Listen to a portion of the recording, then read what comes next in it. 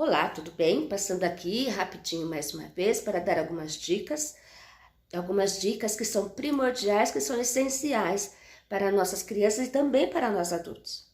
Porque se você adaptar cada dica que eu dou aqui para as crianças, para desenvolver com as crianças, você pode desenvolver na sua vida. Porque nós, seres humanos, aprendemos todo o tempo. Em todo o tempo nós estamos desenvolvendo alguma habilidade dentro de você. Você nunca para de aprender. E quando você aprende, você ensina. E quando você ensina, você aprende duas vezes. A criança, quando começa a engatinhar, ela começa a explorar outros ambientes, a explorar outras coisas, né? Outras sensações, sentimentos, paladar, começa a ver outras coisas diferentes, né? E isso é primordial para o nosso cérebro, porque o nosso cérebro deve estar sempre em movimento, criando novos caminhos, né? Nos nossos caminhos neurológicos. E depois de um ano que ela já está de pé, né? Que ela já começa a ficar de pezinha nas suas próprias perninhas, nós queremos colocar outros obstáculos. Assim como nós colocamos lá nos outros stories, nos outros posts, nos outros vídeos, que nós colocamos obstáculos na frente da criança para que ela possa ultrapassar a almofada, né? Rolos. Nós também temos que colocar dificuldades para ela poder começar a andar. E não é só na coordenação motora. Nós temos que colocar também dificuldades para que ela possa estar pensando. Uma dica que eu dou para vocês, que é bem bonitinho nessa fase, né? Nós conversamos com as crianças de uma forma, vamos dizer, carinhosa. Mas nunca fale de forma errada com eles. Porque eles têm que já estar assimilando o que é o certo, palavras certas. Né? Então, quando você fala assim, a gente normalmente fala assim, você quer chocolate? Né? Então, você não vai falar para a criança, quer totolate, neném? Vovó dá totolate, você quer chocolate? Não fale assim. Né? A gente chama isso de tati-bitate. Só rapidinho aqui, um nome bem legal. Da pedagogia, da psicopedagogia, tati-bitate. Não é legal você fazer isso. Então você vai falar assim, você quer chocolate, neném? Vou dar chocolate para você. Isso não quer dizer que você não vai chamar a mamadeira de mamá. Você pode fazer isso, né? Mas assim, algumas palavrinhas que a gente tem o hábito de falar, né? Tudo erradinho, fale o certo. Para que o cérebro dela já comece a ser habituado a fazer isso. Lá nos meus stories tem algumas coisas sobre isso, né? Depois nós passamos para outras fases, que são as fases do pensar, né? Nós temos que ter esse movimento de pinça, a criança precisa ter esse movimento de pinça. Primeiro ela passa pelo punho, tem um nome científico, não vou falar isso. Depois ela passa por este movimento, para que isso ela possa fazer o quê? Ter firmeza no pulso e começar a escrever.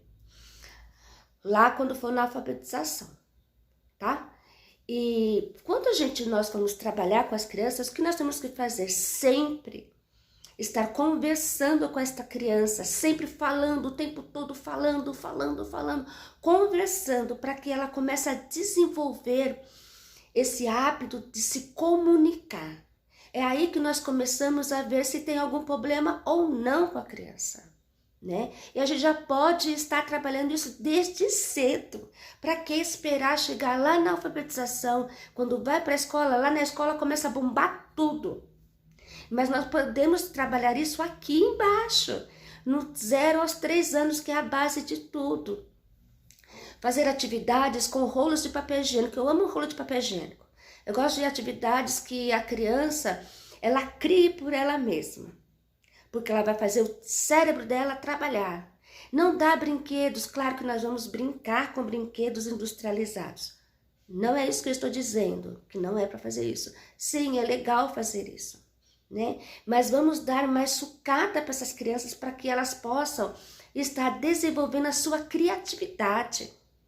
porque você está praticamente dando um problema para ela e ela vai estar resolvendo. Você não vai jogar este brinquedo, essas coisas na frente dela. É sentar com ela e ela, por imitação, ela vai te imitar e vai começar a criar algumas coisas, tá? É aí que você vai começar a trabalhar várias coordenações com ela. De olho e mão é essencial, tá? Quando você for conversar com essa criança na troca, na brincadeira, esteja sempre olhando com essa criança no mesmo nível que ela, tá? Você se abaixa e fale no olho da criança. Ela vai te entender. Quando você quer que ela te obedeça, você fala num tom firme, forte, mas no olhar. Sem rir, muito sério. Falou uma vez, pronto. Já tá falado, porque lá no cérebro dela já foi. E ele já viu o seu olhar, ele já gravou o seu olhar. Então, toda vez que você falar neste tom e com essa fisionomia, com essa expressão facial, o cérebro já vai estar dando um comando para essa criança. Obedecer, obedecer, obedecer. Tente não mudar. Se você mudar uma hora da bronca, ela vai desassociar aquilo, tá? E ela vai ter confiança. A criança precisa de limites para que ela possa ter confiança. O que eu queria dizer é só isso. Depois vamos falar mais um pouquinho sobre outras fases da criança, né? E que nós também podemos passar para as nossas vidas. Então, pense um pouquinho em tudo isso que eu falei e traga para a sua vida também, tá? Olhar no olho do outro. Em quem você pode confiar. Em quem você pode soltar e ir. Quando você pega uma criança e solta ela, fala, vem nos primeiros passos.